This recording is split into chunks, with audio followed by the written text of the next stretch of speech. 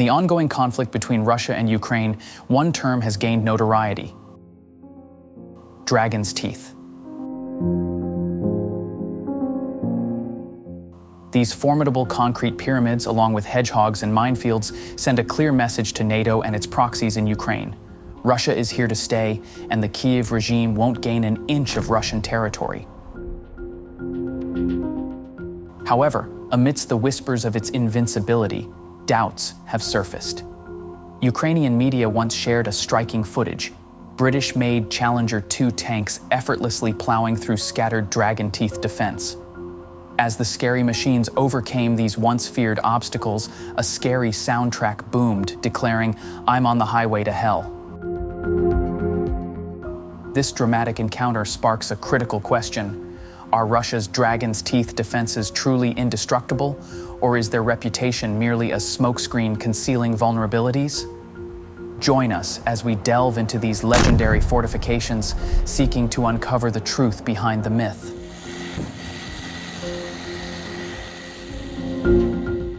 To understand the significance of dragon's teeth defenses, we must journey back to their origins. Known for their intimidating name, these dragon's teeth defenses have historical roots dating back to at least World War II, when the German army extensively used them along the Siegfried Line and Atlantic Wall. These square pyramidal anti-tank obstacles, made of reinforced concrete, were first employed to impede the movement of tanks and mechanized infantry.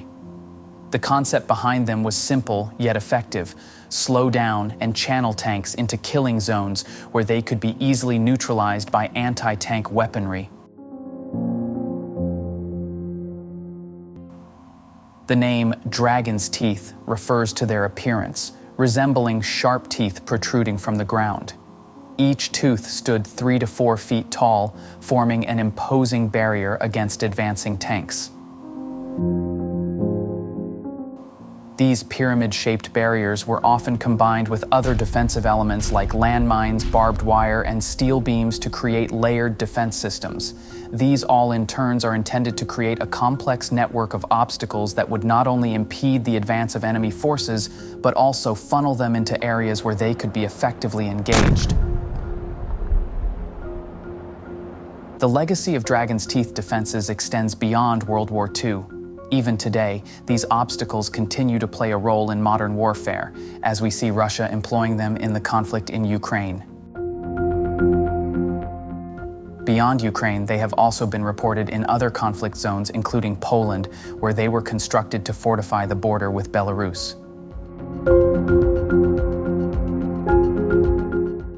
How was dragon's teeth constructed? The construction of dragon's teeth defenses involves careful planning and execution. These obstacles are typically made of reinforced concrete and are arranged in rows, creating a zigzagging pattern that is difficult for tanks and armored vehicles to navigate. The teeth are usually staggered and spaced to prevent tanks from driving through them. Minefields are often laid between the teeth to further deter and trap enemy vehicles.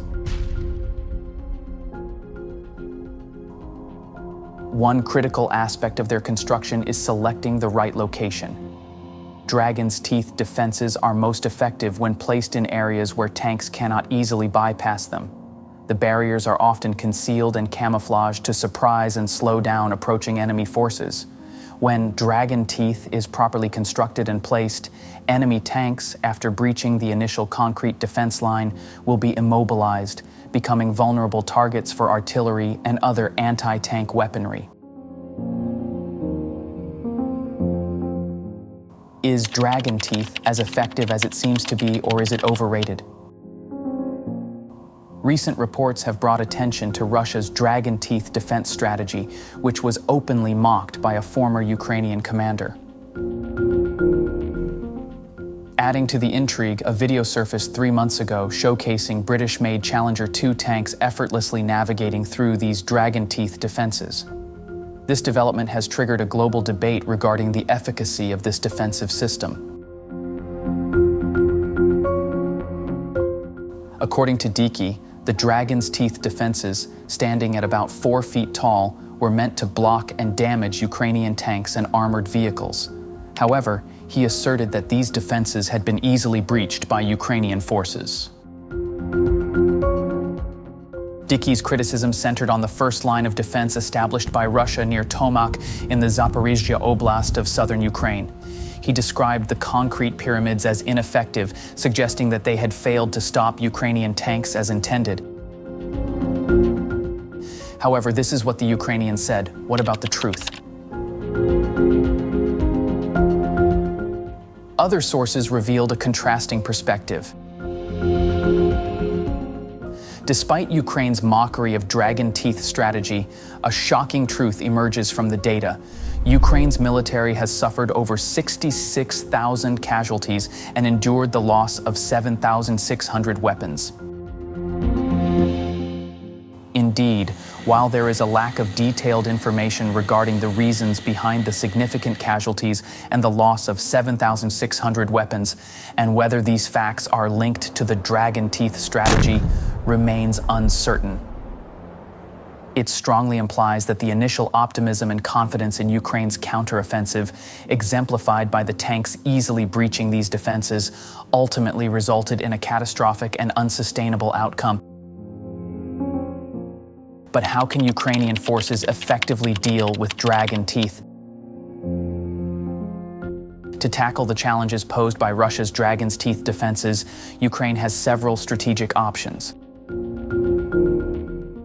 One approach involves using high-explosive anti-tank rounds to blast through these barriers or enlisting combat engineers equipped with plastic explosives for manual removal. However, the strength of Russia's defenses remains uncertain, and it may be wiser for Ukraine to bypass these obstacles with smaller units instead of engaging tanks directly. This approach could reduce potential attacks from Russian artillery and drones. Furthermore, breaking through dragon's teeth requires coordinated combined arms operations, including the deployment of smoke cover, suppression of enemy artillery fire, and the utilization of infantry forces. Timing is of utmost importance in these operations, as any missteps could jeopardize the mission. Another tactic is to launch multiple breakthrough operations along a line, keeping the enemy guessing and preventing them from concentrating their forces at a single vulnerable point. Ultimately, in the ongoing conflict in Ukraine, the battle continues not only on the ground but also in strategy and perception. The dragon's teeth defenses are but one piece of this complex puzzle.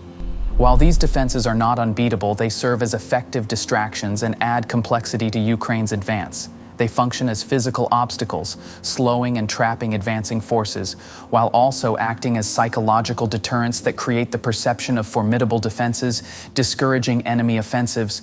Their true effectiveness will ultimately be determined by the adaptability and ingenuity of those seeking to overcome them.